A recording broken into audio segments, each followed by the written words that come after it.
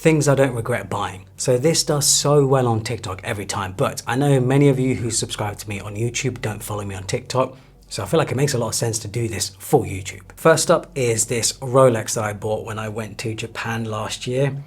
When I think of Rolex, this is what I think of. The all gold day. Like, to me, this just epitomizes what Rolex is about. When I think of Rolex, when I think of the brand, when I think of them, especially when I was younger, this is the watch that I think of. I went to Japan last year. Japan's grey market is insane. Like, the watch market there is one of the best in the world. You can pretty much find any watch you like if you can't get it at an AD, at an authorized dealer. I found this. This is a 1997 gold day date.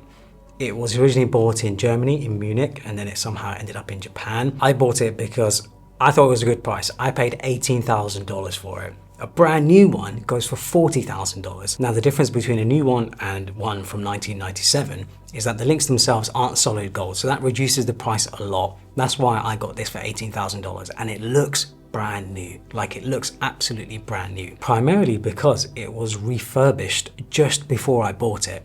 And this watch, yeah, it just reminds me of Japan. It reminds me of going to Japan, my first time in Japan. A lot of people ask me, where did I buy it from? I bought it from a company called Watchnian. They have a bunch of branches. They're also very popular online. They're very well regarded in the space of used watches, great market watches. Absolutely love this watch. It now forever will remind me of my first time of going to Japan. I'm hoping that I keep this watch forever, and if I do ever have children, maybe I can give it to my kid as well. Next up is my Porsche 911, which I bought in December last year. I've already done a video on that if you guys want to check that out.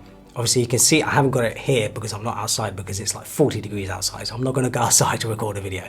But Porsche 911, this is a 2022 Carrera S that I bought. Really impressed with this car. It's amazing. To be fair, out of all the cars that I've owned over the years, all the sports cars that I've owned, none of them have been bad, but I do think probably my favorite was the F-Type S that I bought in 2017. But anyway, that was a long time ago. My current car is the 911 Carrera S with the GT silver color. I just think to myself, this is like the perfect Porsche color. It has black wheels. I actually don't like black wheels anymore, but it came with the car, so I kind of just left it. I would have preferred silver wheels or just some other color, maybe gray, dark gray or something. Ever since Porsche released this car back in 2018, 2019, when I saw that light bar on the back, I just thought to myself, damn, I really like Porsche now. Before that, I really wasn't into Porsches. And then I saw the new 911, the 992, and I was just like, okay, this is a bit of me. I really like this car. And then I just thought to myself, since moving to Dubai, why not try it? Let's see what Porsche is like. I've already tried a Ferrari. I've had a Ferrari 488. Why not try the 911? Very different cars, obviously. Very different. The 911 is, I completely get it now. It's the perfect everyday sports car. I might do a longer term review of it later this year when the weather starts getting cooler and once I've done a few more miles in it, because I've not done a ton of mileage, especially the last few months because it's been so hot. But yeah, definitely one of the cars that I don't regret buying. So one of my favorite bag companies has just launched their new adventure collection, Grams 28. They're also sponsoring this video. They've released 3 new bags, a backpack, a sling, and a duffel. These are very different from their usual leather products.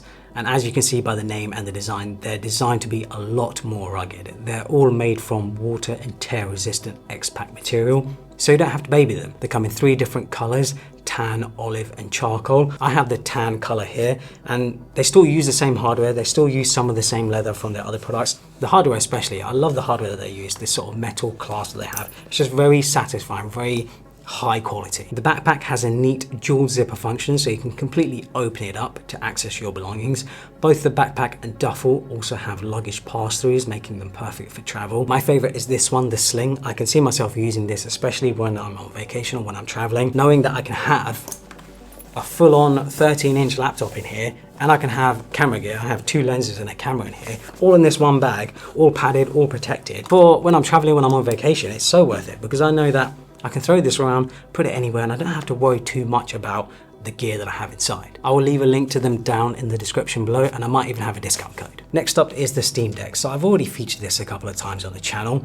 I've actually had this one. This is the LCD one. I've had this one pretty much since release, but it sat in my cupboard unused for years. Like, I just didn't really use it that much.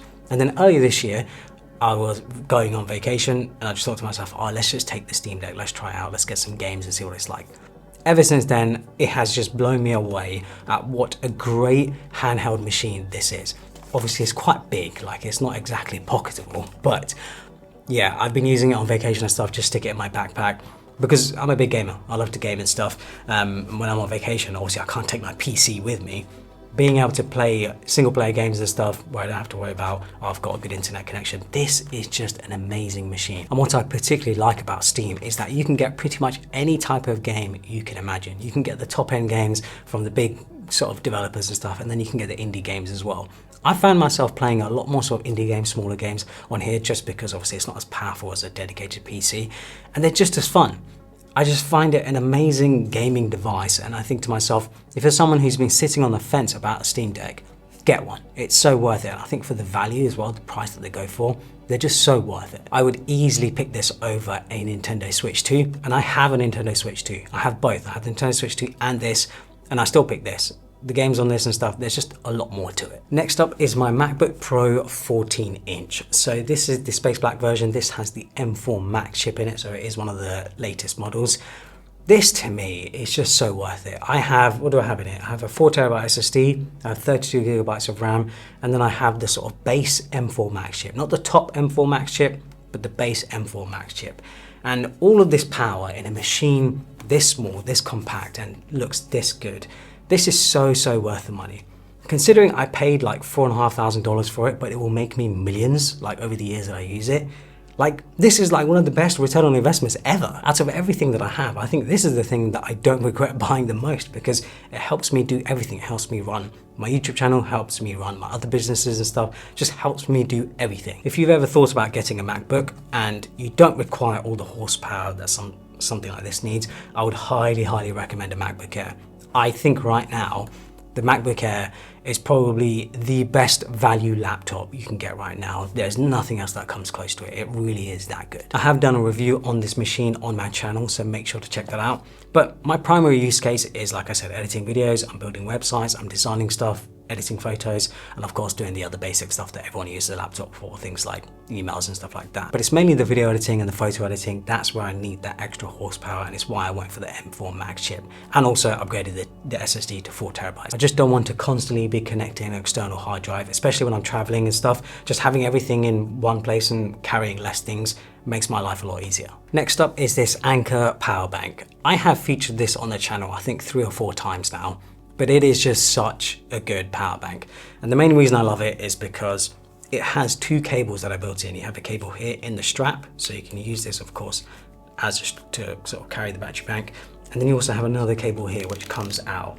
Like, to me, not having to carry around 2 cables already just makes it such a lifesaver. You can output up to 165 watts, so it's powerful enough to charge my MacBook easily.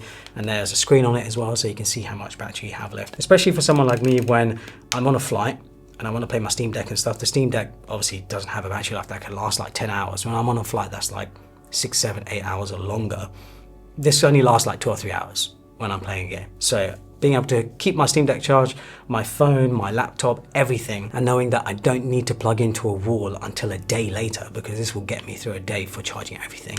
Yeah, so worth it. Next up is this Christmas lamp. I think that's how you say it. I bought this last year, and it's essentially one of those old vintage glass blocks that you used to see in sort of interior design and buildings and stuff like that in the sort of 70s and 80s. And all they've simply done is put a light bar underneath it, so the light bar holds it in place.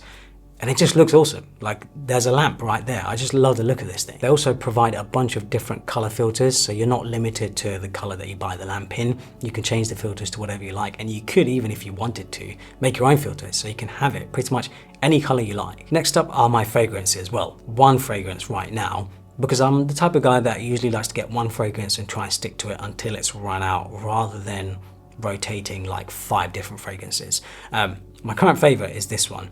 The Oud Maracuja, I'm not exactly sure how you say it, by Mason Crivelli. I actually saw a TikTok video mentioning some fragrances, and I went in store and tried this, and I was like, wow, okay, this smells incredible. It has like a oud sense to it, oud fragrance to it.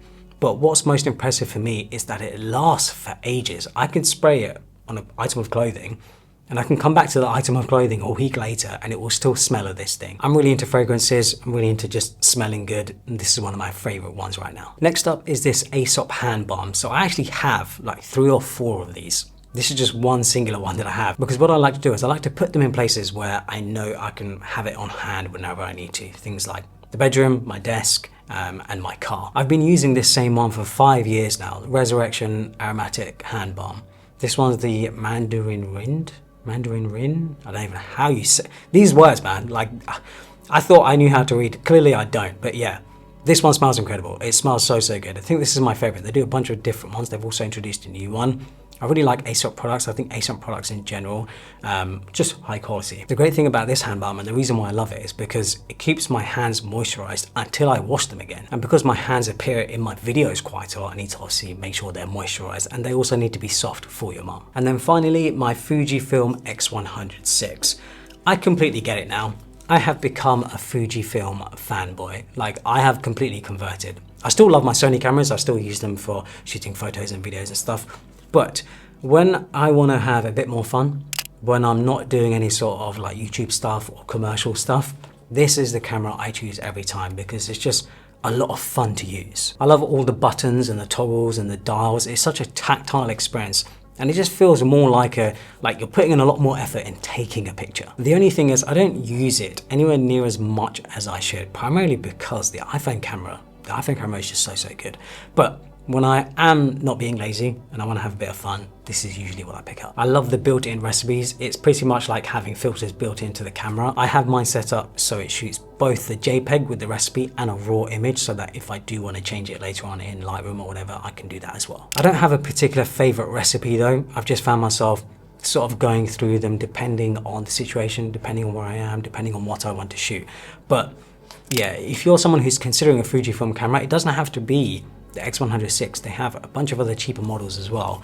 Yeah, I really do recommend it. If you're interested in getting into photography and you want to do it as like a hobby, you can do it professionally as well. Like, I feel like you've got to start somewhere, right?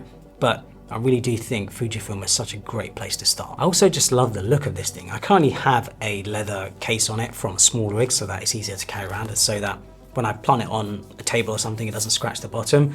But yeah, it just looks so cool. Like, this is such a good looking camera. Let me know in the comments below something you've bought recently that you don't regret buying. I want to find other things that will make my life better, that will bring me enjoyment in my life, that will bring me some fun.